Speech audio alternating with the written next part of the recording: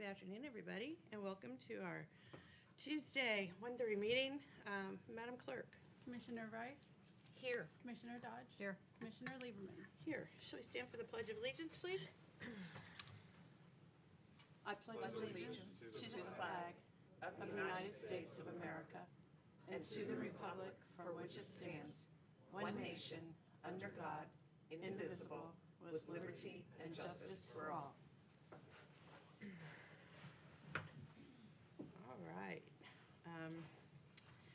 One of our favorite times of the month, we have with us our friends from the ARC, and we're going to talk a little bit about the adoption promotion that's going on. So, Ariel and Steve, you want to come up? Sure. And bring our little friend up? Oh. Thank you, Commissioner. I'm Steve Gordon. I'm the Outreach Coordinator at the Montgomery County Animal Resource Center. I'll let my coworker introduce herself. Hi, I'm Ariel Agishin, and I'm the Animal Behavior and Enrichment Practitioner. So I develop and run the behavior modification program and the enrichment programs for the ARC. So, And with her is our friend Beefcake. Beefcake came into us about a month and a half ago. He was unfortunately found actually tied to a tree. Is this But the one? we brought him in, and we've been diligently trying to find a home for him. He's about 5 years old. We believe he's Australian cattle dog mix, which if you know anything about that type of breed, those herding breeds, they have a lot of energy, which you can tell as soon as you meet him. He's very enthusiastic about saying hi to everybody. How old do you think he is? About 5 is what we 5, think, okay. yeah. Michael's afraid to even look at him because he's going to want him. I know. Look at how cute he is, Michael. Oh, my goodness. Well, Mr. Colbert, for you, the adoption price is free. Oh my gosh, he's cute. Okay, I gotta stay away. I can't look at him anymore. Speaking of adoption events, thank you for asking about that, Commissioner. We just wrapped up our month-long Clear to Shelters event where the Animal Resource Center, as well as other agencies in the area, partner with NBC through their local affiliate, Channel 2, for the annual Clear to Shelters event, which went really well. We got 56 dogs adopted this year, which is Great. really, That really really is good. good. Yay. Wow, 56. Well, thank you, thank you. And although that's a really nice total, not good enough for us, so we're having another Clear it. adoption event in 2 weeks. We're going to once again join Wilmer Hale, which is a law firm located out in Mansburg. We love Wilmer Hale. They Yeah. do that all the time. They do. It's great. I can't even remember how long it's been. It's been over a decade that Yeah, we've been it going has. out there, with the exception of 20 and 21 due to COVID. But we're joining them once again with our friends from Sixa and the Humane Society to have an adoption event on the 30th. What's the date of that again, Steve? Saturday, September the 30th. Okay. Oh, And it's going to be in okay, 2 Miamisburg weeks. area. Great. And I'm happy to announce, this was just announced today, we have been promoting microchipping all summer long, and we've been providing $10 microchips. And it was going to end on Friday. Nope, not anymore. Now we have extended that to January the 31st. Oh, So all if right. you're, Wonderful. if your dog, and we'll even do cats as well, if your dog or cat is not microchipped, please come on out to the Animal Resource Center and get a microchip for your dog. You may have seen the recent news where he had a dog that was recently reunited with his family after an absence of 10 years. I As know. we found the microchip and we contacted Yeah. the family, sorry. Wow. And they were actually kind of like, no, we don't have a dog. We started describing like, wait, that, you mean this? And it was 10 years that dog was missing. And we were able to my. reunite it with his That's really family. special. It was a very joyous occasion. They all, you think that after 10 years, the dog's like, I don't know these people. Nope, that dog knew exactly He who they did, were. yeah. Yeah. He did. Oh, that's great. oh my gosh. And if anyone's looking to help out the Animal Resource Center, we're always looking for folks to come out, obviously, to adopt a friend like Beefcake or some of the other dogs we have available for adoption. If you can't, you can always help out with fostering. One of our fosters is in the room right now. I'm not going to point her out, but she's sitting Okay. right over here to my right. She's awesome. She gets a monthly. Yeah. Yeah, we really appreciate Yeah. what she does. Yeah, it's No. wonderful. Gives a dog like Beefcake and our other dogs a chance to get out of the shelter, give them a chance to. We recently had a couple of dogs who were going through some medical stuff, gave them a chance to heal up because they heal up much better in your house than they will sitting in a kennel just waiting to recover. Or just give them a break from the shelter sometimes. Let them see what it's like in a real home and visit a family and get out and walks and things like that. So, and if you can't do fostering, you can always volunteer. And you can get information about all of that on our website at mcanimals.org. Steve, are you hearing any feedback from the microchip readers that we sent out into all of the communities and jurisdictions? You get any feedback on whether or not they're being used or? I will say that the people I've talked to, there's quite a few people who have said, yes, I took it to my local law enforcement agency and they did scan it. I haven't heard specifically from the law enforcement agency saying, hey, we get somebody coming by every week or anything like that, but I have talked to some people who have found dogs and said, oh yeah, I took it in here, I took it in there to get it scanned. Okay. So they great. are being used. Okay. Yeah, they are being Thanks, Steve. Yeah, sure. Yeah, And that's a wonderful thing that the county was able to provide all those agencies to help those dogs find a home. It sure Yeah. is. Thank you Yeah. so much. Can, excuse me, Debbie, are you getting good Cameraman. picture here of the dog? DATV? Okay, good, thank you. He is a cutie. His coloring is amazing. Yeah, he's a really, really good guy. Yeah, you can tell. Well, thanks, you guys. Thank Sure. you. No, thank you. so Thank you for much. having us. Thank you. What's his name again? We call him Beefcake. Beefcake. Beefcake. I He's a can see little bit that. on the chunky side. Yeah, but He may have missed one meal, but that was it. all right, thank you. Thank you Thank you both. so Thanks, Steve. much. And again, fostering it's really a great thing to do. Abby, thank you. Every month we'll continue to thank Abby. She loves taking dogs in and fostering. And, you know, when you think about it, it's got to be hard. I talked to somebody the other day that we know her mother very well. She just took in 6 puppies to foster, not keep. And she's like, it's continuously rotating. And that takes a lot of work, doesn't it, Abby? But it's also rewarding. Yeah. And we really appreciate it. And so do the doggies. So thanks, you guys. Thanks so much. Thank you. Okay, well, we're gonna move on now to something that is sad but happy for him. We're gonna recognize one of our good friends from labor, Grady Mullins. And to do that, Tom Ritchie's gonna come on up and talk a little bit about Grady. And we have a lot of our other friends from labor here, so thank you all for being here. And Tom, you're looking good, buddy. Glad to see you're feeling better. Yeah. Take it away. Okay, well, thank you for having us this afternoon, commissioners and other distinguished guests at the dais. I want to talk a little bit about Grady Mullins. Grady started his career with the IBEW Local 82, April 1st, 1981. Grady has served a lot of positions in that labor organization. He started off as a journey wireman, an executive board member, multiple international conventions he attended and participated in, an apprenticeship training trustee, and on the examining board, organizing committee for the Southwest. Served on so many LMC committees to try to keep rest and peace in the valley. You know, it takes a skill set to work with both sides sometimes, especially with our own folks. It's a challenge. Grady has worked on so many projects. Grady overseen and worked daily with us on the project that the building trades took on here, thanks to the county. And I think it's a first quality job. I was over probably at least once a week trying to check things out. And I know our county engineer was overseeing the operation and working with us, and we really appreciate that, Paul. You're just one of those special people. Grady served as a delegate to the Dayton AFL-CIO. I've been the president of that labor council for a couple years anyways.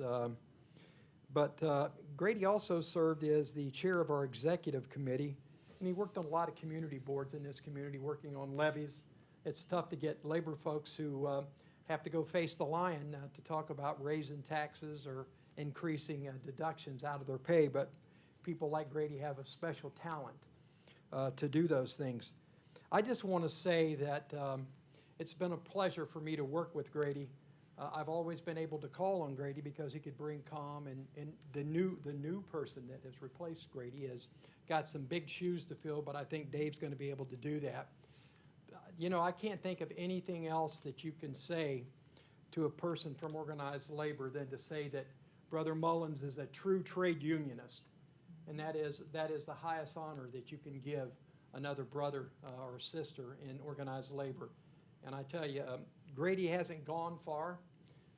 We've recruited Grady to help us on some other projects, and I think that the county's going to get to see him do some other things. And I know his family's looking forward to spending a little more time with him too. So Brother Mullins, Commissioners, thank you for Oh, absolutely. letting us talk a little bit about Brother Mullins. Sure. Grady, would you like to say a few things? You know, the main thing I'd like to say, especially to the commission and all the staff and the other officials, is one of my best things I was so proud of was working is and when we got the Building Futures program going here with the county.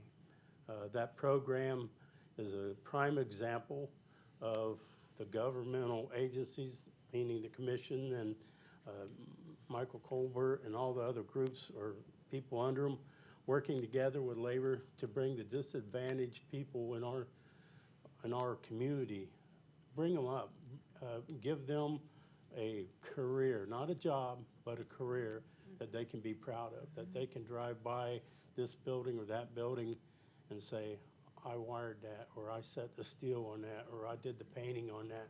And it's something that they can be proud of, and they can tell, and you can ask my family, my kids got so sick of hearing me saying, yeah, I wired that building, I did that. And they said, we know, Dad. I didn't even have to point anything out. But I think that's a giant step, and I hope that, you know, it can help the trades and labor in this town with the Dayton Miami Valley AFL-CIO overseeing that project with the county.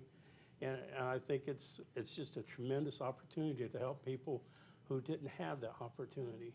And for you to step up and do what you've done with that program, I applaud all of you.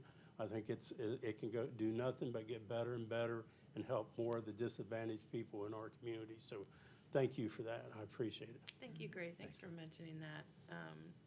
You know, it's such an important thing that we work together on this.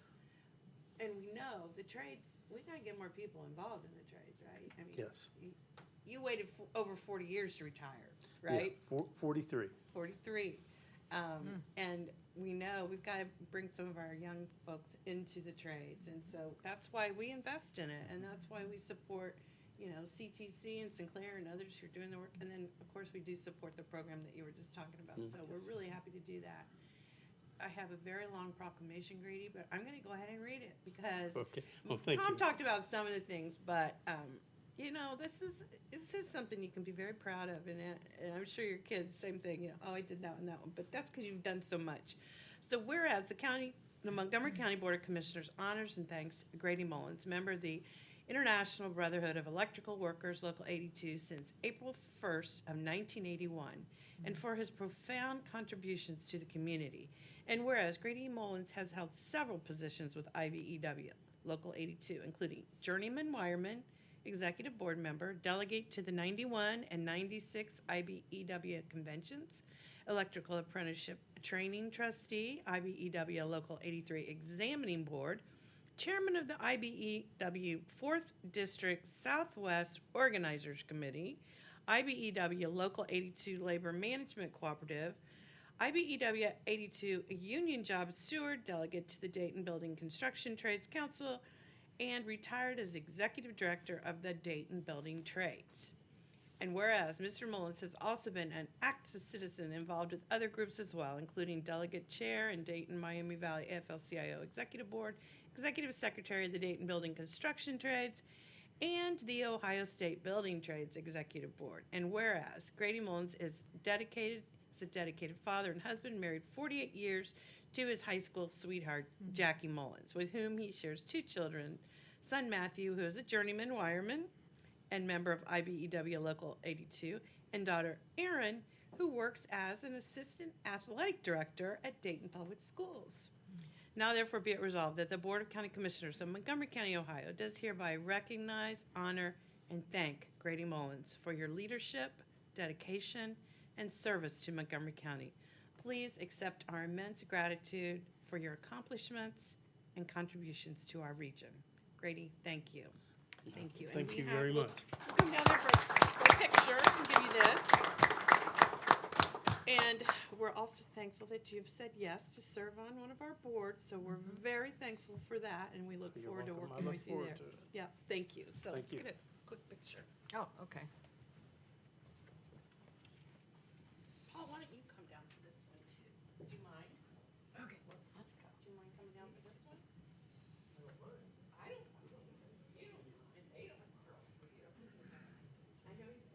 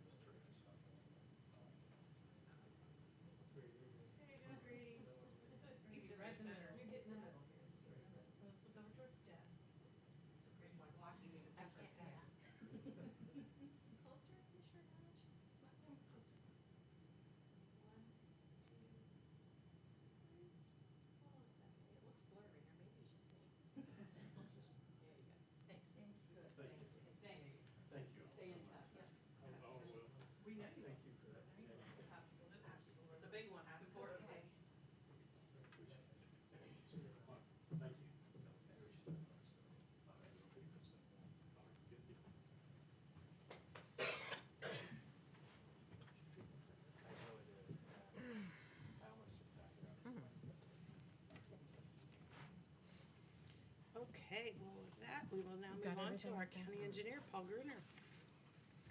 Good afternoon, Commissioners, Administrator, ladies and gentlemen. We have two items today. First is Resolution 23-1223, accepting the 2023 inventory in accordance with the Ohio Revised Code, Section 5549.01. And 2024 is to authorize the county auditor to pay by warrant $119,039 to the city of Riverside for permissive tax funds for the 2023 crack sealing of major thoroughfares project. Move to approve. I second. All those in favor? Aye. Aye. County Sheriff. Thank you, Commissioners.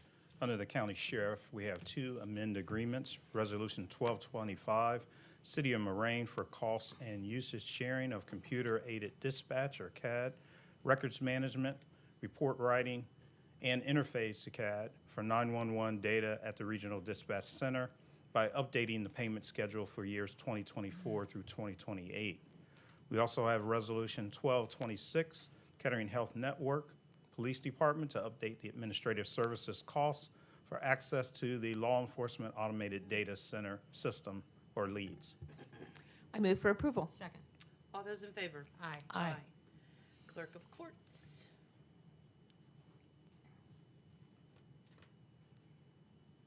Hello, Hello. thank you. My name is Fred Tatum. I'm the IT Director for the Montgomery County Clerk of Courts. And I'm requesting the authorization of Resolution 1227 for an agreement with Journal Technologies for the Clerk of Courts Case Management System Services Project in an amount not to exceed $4,422,000 through December 31st of 2026. Move to approve. I second. All those in favor? Aye. Commissioners, I'd like to say this is a great opportunity for us. Hats off to Mike and to the county commissioners. It's a great partnership between the BCC and the Clerk of Courts for us to be able to update this new system, Commissioners. This is a great opportunity, and we're pretty excited about it. So, And I'm sure the Thanks. legal community is thrilled about it as well. They are, yep. Yeah. Thank you. Thank you. Okay, Commonwealth Police Court. Thank you, Commissioners. Under the Common Pleas Court, we have Resolution 1228, authorizing addendum number 01 to the price agreement with BI Incorporated for electronic home monitoring services for various county departments by adding VeriWatch equipment and services through May 1st, 2027. I move for approval. Second. All those in favor? Aye. Aye.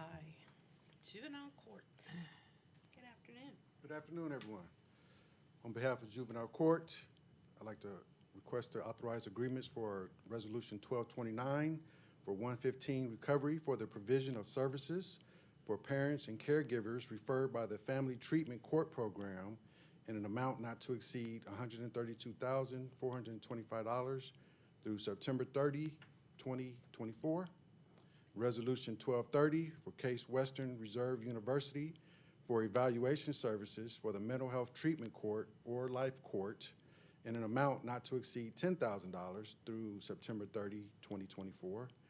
Resolution 1231 for the National Youth Advocate Program, NIAP, for the BHJJ Life Program services to youth in an amount not to exceed $548,711.20 through June 30, 2024. And Resolution 1232, South Community Incorporated to provide BHJJ Life Program services to youth in an amount not to exceed $489,324.10 through June 30, 2024. Move to approve. I second. All those in favor? Aye. I just want to add, thank you, and please pass this on to the judges. You know, we're trying to keep kids out of trouble. Right, And I right. think when, you know, our juvenile court isn't just about punishment. And Right, that's definitely. reflected in the things that Definitely. you guys do and offer and programs that we have. And you're always going out for grants and trying to figure out ways to really make a difference. And so I just wanted to say thank you. Appreciate it. Thank you. Okay, Michael? Thank you, Commissioners. Under the County Administrator, under the Clerk's Office, we have approved the minutes of the meeting on September 12th, 2023. Resolution 1233, approval of bills. Resolution 1234, approval of travel and expenses. And Resolution 1235, approval of personnel actions. All three of those lists are available in the Clerk's Office. I move for approval. Second. All those in favor? Aye. Aye. Administrative Services, Tyler. Good afternoon, Commissioners. We have 4 resolutions for you today, beginning with 1236. This resolution solicits requests for qualifications for professional construction administration services for the Administration Building Elevator Modernization Project. Resolution 1237 solicits bids for the Administration Building 11th Floor Clerk's Office and Break Room Renovation Project at an estimated cost of $206,670. The last 2 resolutions authorize agreements, beginning with 1238 with Woolport Incorporated for consulting services for CityWorks AMS enhancements for the Environmental Services Department in an amount not to exceed $69,945 through December 31st of 2023. And the last resolution is 1239 with Stantec Consulting Services Incorporated for on-call water and wastewater services in an amount not to exceed $100,000 through December 31st of 2024. Move to approve. I second. All those in favor? Aye. Aye. And the elevator modernization program, we know it's gonna be painful for a while here in Yeah. this building, but in the end, we're gonna be really happy. So thank you, Tyler. No problem. You know, we were able to use, I think we ended up using ARPA dollars for that, correct? A little bit of A little ARPA bit, dollars, okay. But for the Okay. most part, we've got general fund dollars. Okay. The real thing here as commissioners, we've got an opportunity to modernize all of our elevators, probably about 15 of our elevators, Yeah. when it's all said and done across Yeah. multiple facilities. So this is going to be huge. That is huge. Thank you. I know you guys have been working on it for a while, so thank you. Okay, Environmental Services, Matt. Good afternoon, Commissioners. Environmental Services, we have 2 resolutions today. First one is 1240, approve the plan specifications and estimated cost of $581,100 and solicit bids for the construction of solid waste facilities for the solid waste chute lining project. In Resolution 1241, accept the check for the Kroger Stroop expansion development in the amount of $9,950. I move for approval. Second. All those in favor? Aye. Aye. Aye. Human Services. Good afternoon. We have Hi, 2 Jessica. resolutions under Human Services. Resolution 1242, amending the agreement with St. Vincent de Paul for emergency shelter services for homeless residents to modify the work to be performed and increasing the amount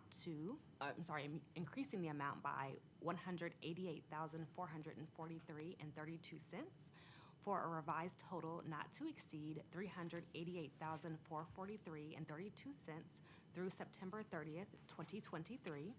And Resolution 1243, authorizing Addendum 2 to the master agreement with JotForm, Inc. for form creation and workflow services by amending various articles in an amount not to exceed $12,798 through September 30th, 2026. Move to approve. I second. All those in favor? Aye. Aye. Jessica, on 1242, I know they're doing all kinds of work there, but do we know specifically what's the additional that they're working on? Yeah, so this is going to add some additional deep cleaning of the dorm space and the kitchen space. Okay, all right, thank you. Okay, good. Thanks. Business Services, Chris. Thank you, Commissioner. Under Business Services, first is Community Economic Development, Resolution 1244. Amends the agreement with Technical Services Collaborative LLC for backup plans examiner consulting services by adding $20,000 to the original amount for a revised total of $60,000. The next 3 authorized delegation activities agreements. First is 1245 with the City of Vandalia for the 2023 Sanitary Sewer Improvements Project in an amount not to exceed $50,000 through June 30th, 2024. Resolution 1246, City of Huber Heights for the Cloud Park Resurfacing Project in an amount not to exceed $80,000 through July 31st, 2024. And 1247, City of Englewood for the National Road ADA Improvements Project in an amount not to exceed $50,000 through July 31st, 2024. I move for approval. Second. All those in favor? Aye. Aye. And under County Commissioners, we have 23-1248, and that is to appoint Eric Collins and Mike Wilson to the Workforce Investment Board for 3-year terms through June 30th of 2026. Move to approve. I second. All those in favor? Aye. Aye. We do have a couple citizens signed up to speak. Top of my stack is Willie Feaster. Mr. Feaster, you want to come on up?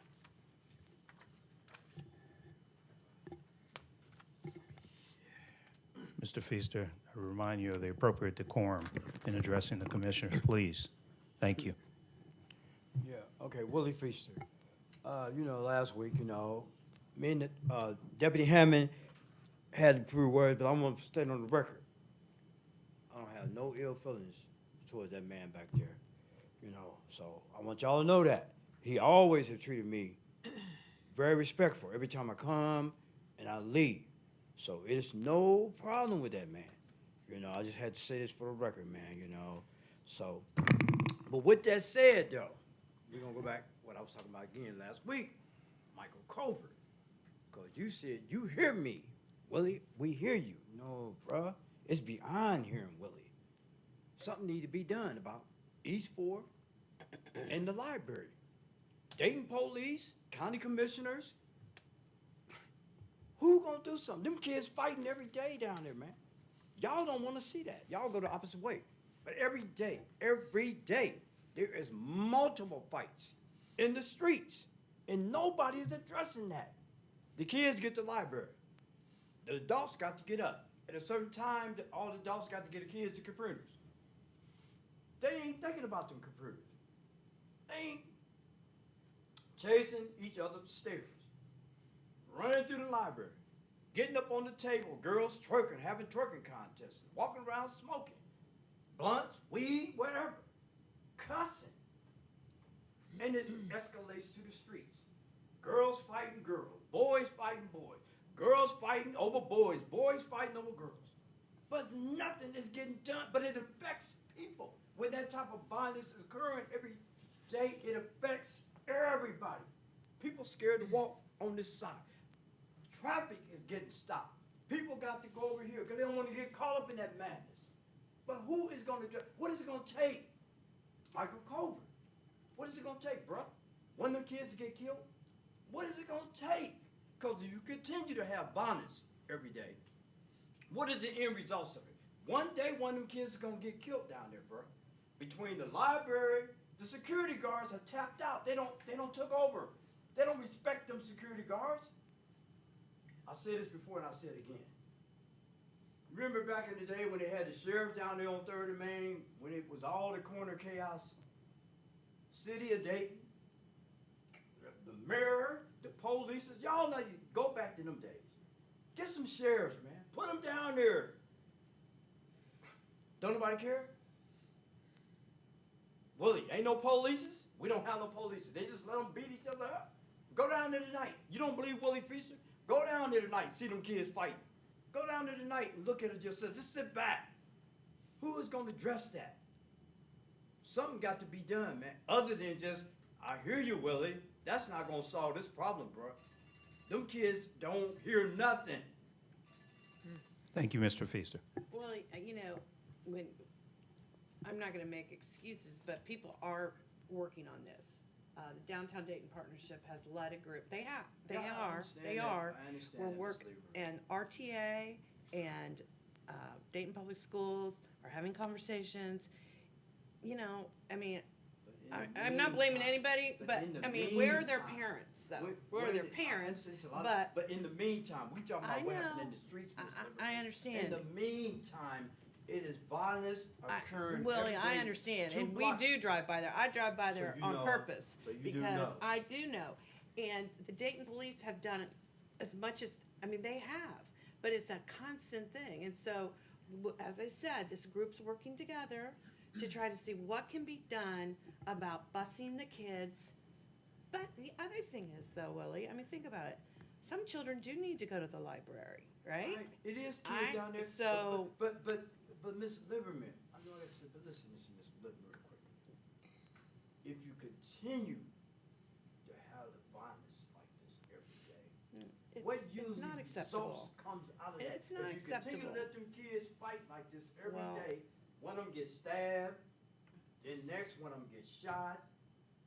Yeah, It's gonna I come know, of I this know what you're here. saying, and believe me, we're not blind to it. And All the we adults. are trying to, there are groups out there right now trying to figure out, what can we do with kids? What can we as a community get children engaged in? We invest, we talk about it all the time, what we invest in with our youth, the kids that are getting in our programs. But it's a huge problem, like, we talked know to it. Major, I mean, not Major, but I talked to Commander Regal, who's responsible for CBD. Yeah. And he told me to my face, Miss Deborah Lemon, he said, Willie, nothing we can do. Well- We hopeless. We don't have no police officers. We got 2 police officers for the whole downtown. Yeah. We got 2 police officers for the whole downtown. He said, Willie, there's nothing. And last before I sit down, Okay. because I'm serious about I this opened the here, door, man. I'm sorry. I'm sorry, Mr. Corbin, I'm sorry, y'all. But, you know, they had, last week, they had 24 cars were stolen. Oh, yeah. And they were all by juvenile. And the detective told me, he said, Willie, before I went home, all them kids were right back on the street. And this is a crisis. He said they was right back on the streets. And you down here crying about a fight? This is what he told me to my face. He said, you down here crying about some kids fighting, and these kids stealing cars every night. And before I went home that day, everybody we took to jail, to the detention home, was right back in the streets running around. And you crying about a fight. So that's how dire the situation is. Willie, thank you, and thank you for your concern about our community and about our youth. You always bring us something new. Yeah. And keep up the fight, keep the good fight, and Oh, my God. and stay, It's a hell of a fight. just, you're a voice for many, so thank you, Willie. Uh-huh. I know, my fault. Okay, Kelly, Kennett, would you like to come up and give us your name and, well, I just gave your name, your address, please. Yes, And ma'am. you will have 3 minutes. 2266 Cherry Lynn Avenue, Dayton, Ohio, 45439.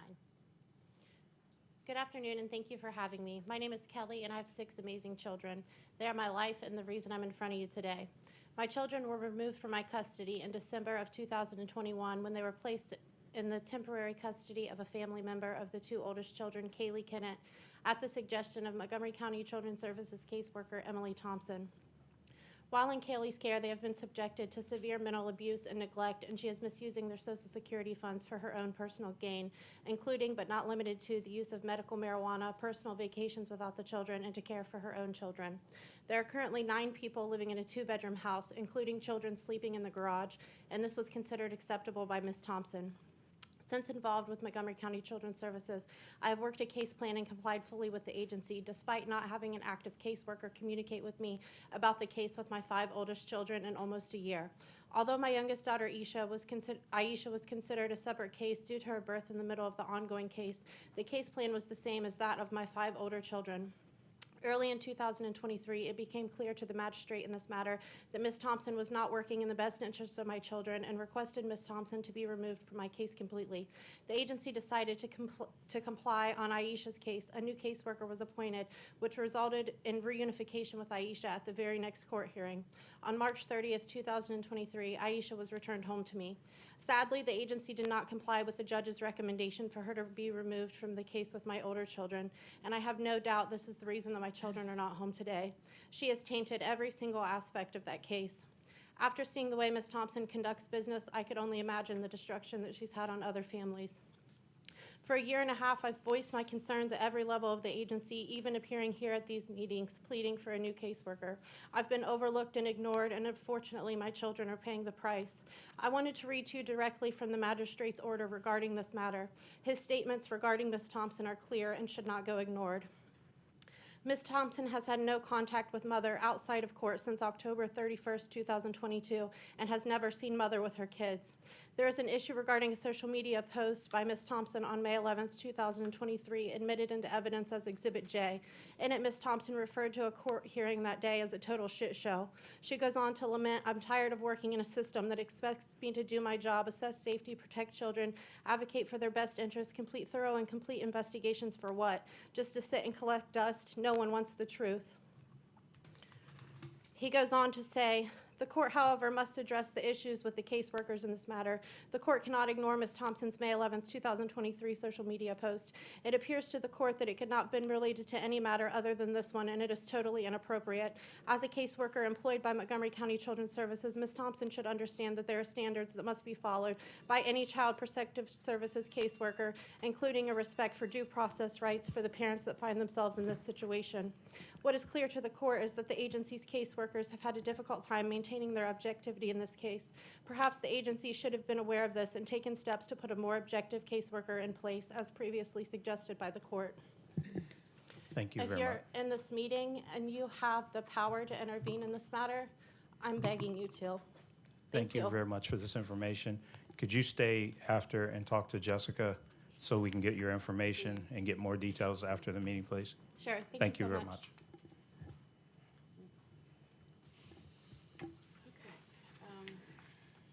Comments by our county administrator. Thank you, Commissioners. Today is National IT Professionals Day, so it's a perfect time to thank our BCC IT team. We have one of them here. Is everything working right? And, All right. and from the clerk's office as well. And from the clerk's office here, and Uchenna's team, and Chris and the whole team, we are very appreciative of our IT team and the work that they do. We're also appreciative of our data processing team, so shouts out to them. I know they're not here right now, but we're appreciative of them too. I don't think we ever truly understand everything that they do until suddenly something stops working. Thankfully, that occurrence is very rare, but it does happen. I want to thank everyone in IT and DP for keeping our desktops, laptops, mobile devices, application servers, networks, databases, cybersecurity systems up and running. Great job to the IT team and to the DP team, all of you. Thank you. Yes, thank you very much. So, Matt and his team were pretty busy this last weekend. All four of us went out there to observe it and just watch how well it works, our tire buyback event. And the the staff, but the volunteers that come too. I mean, Tawana, you know, she's gone every year but one, I think. So we had roughly 940 cars come through with tires over the span of 4 hours. And within the next few days, we'll get those total amounts. But, excuse me, you know, recycling those tires is so important. Also want to thank the Sheriff's Office and the Marine Police Department. Surprisingly, or maybe not surprisingly, we need them there because people come in with all these tires, and we put the word out. It is, you can only bring in 10. It's a felony to transport more than that, but we still get it. So I want to thank them. I want to thank the Sheriff's Office also for sending inmates who did a lot of the dirty work, taking those tires off of vehicles, out of trunks, out of, you know, the back of SUVs. So it runs smoothly. Matt, congratulations, because, you know, it could have been complete chaos, but it's not, because you guys run it so smoothly. People come in with their tires, and it just all works well. So thank you and the team, really, for doing that. It got a lot of good coverage too on all three networks. So. Yeah. Well, it always runs so smoothly. You know, it's just, and everybody that's volunteering seems to enjoy it. I don't know why. It was a pretty day too. But it was a they beautiful do. day. No, they do. They're great people. So Well, and I think you have to thank them. And let's think of the outcome of it. Yeah. We don't have those tires, Exactly. you know, in alleys, in people's yards. People trying to bring them to our transfer station. So this gives people an opportunity. I mean, clearly, they're not there for the $2 per tire. You know, they're there because they're doing the right thing for the environment. Yep. Okay, some people, maybe there's a few, the cars, a couple of, we noticed they've already been through once. They've already been through twice. But overall, it's really the benefit to the environment and recycling and being able to use the shredded tires in many different things. So it's a win-win. Thank you. Playground, ground. Yep, I know that, yeah.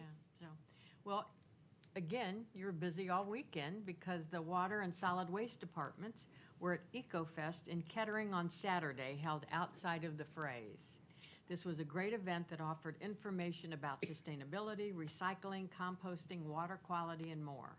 Both of our water and solid waste education teams were there representing the great services we provide. Did they have a lot of people coming up and talking about this? Yeah. Do you know? Good. Good. Yeah.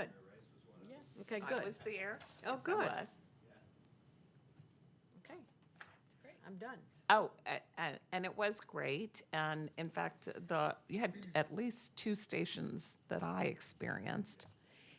And the one station, you got a little experiment to take home. I'm going to give it to my husband to do that experiment, to figure out what your main water pipe is made out of. And I assume a lot of that is to identify lead, if it's anywhere. And then you get a QR code, and so I gave that to Mike as homework to do that. So I'll make sure he does his homework. And then I was walking around, and a nearby, not our booth, but another, I think it was Christ United Methodist that's right there. They were having an experiment where they had two huge coolers of water. One was bottled water and one was Montgomery County water. And they had the taste test, if you've done it with Pepsi or Coke or those kind of things. And so they were asking people, which do you think is which and which do you prefer? And it was totally blind. There was no way. Both containers looked the same. And glad to say that Montgomery County Water, woohoo, did extremely well. 150 people took the test.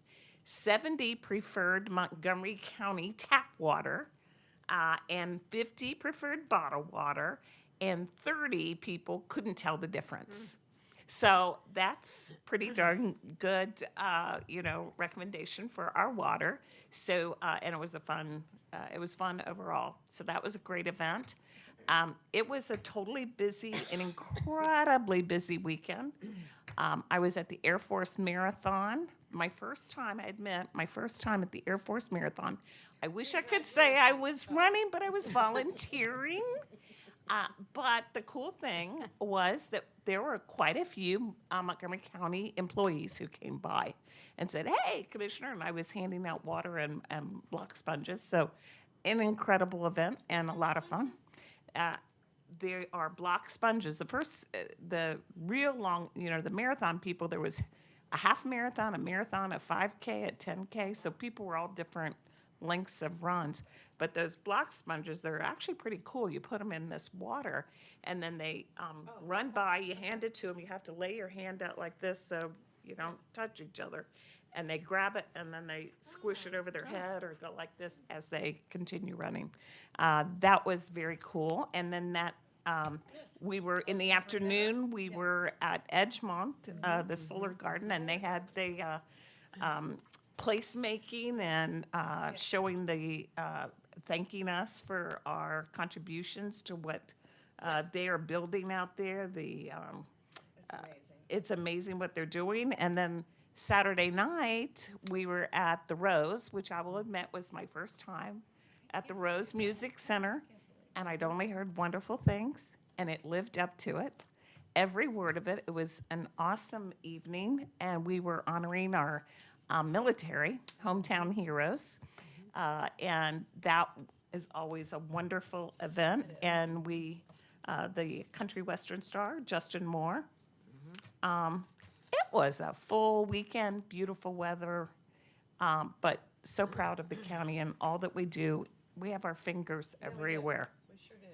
In all kinds of good causes. I want to talk a little bit more specifically about the Edgemont. Is really interesting.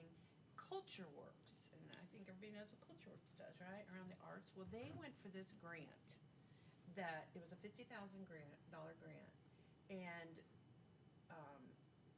they needed leverage. They needed some support, and so our Arts and Culture District were able to put $20,000 into that, so they got $50,000, and the Solar Garden it's more than solar garden. They're doing hydroponics, and we're assisting with a small amount of money for that hydroponics initiative. But it's just so great to see the community there. They had a farmer's market at the same time.